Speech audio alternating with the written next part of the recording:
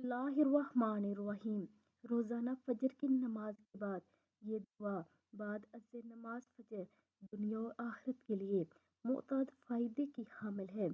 بسم اللہ الرحمن الرحیم۔ شروع کرتا ہوں اللہ کے نام سے جو بڑا مہربان اور مسلسل رحم کرنے والا ہے۔ اللہم انی اسألک بحق محمد و آل محمد۔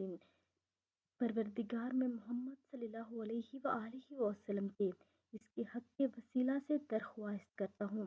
علیک صلی علی محمد و آل محمد وجعلی، اور تجھ پر ہے جو محمد صلی اللہ علیہ وآلہ وسلم پر درود نازل فرما، اس کے طفیل میری آنکھوں۔ وجعل النور فی البصر والبصیرۃ فی الدین والیقین، اور میں نور مجھے بصیرت، دین اور یقین عطا فرما۔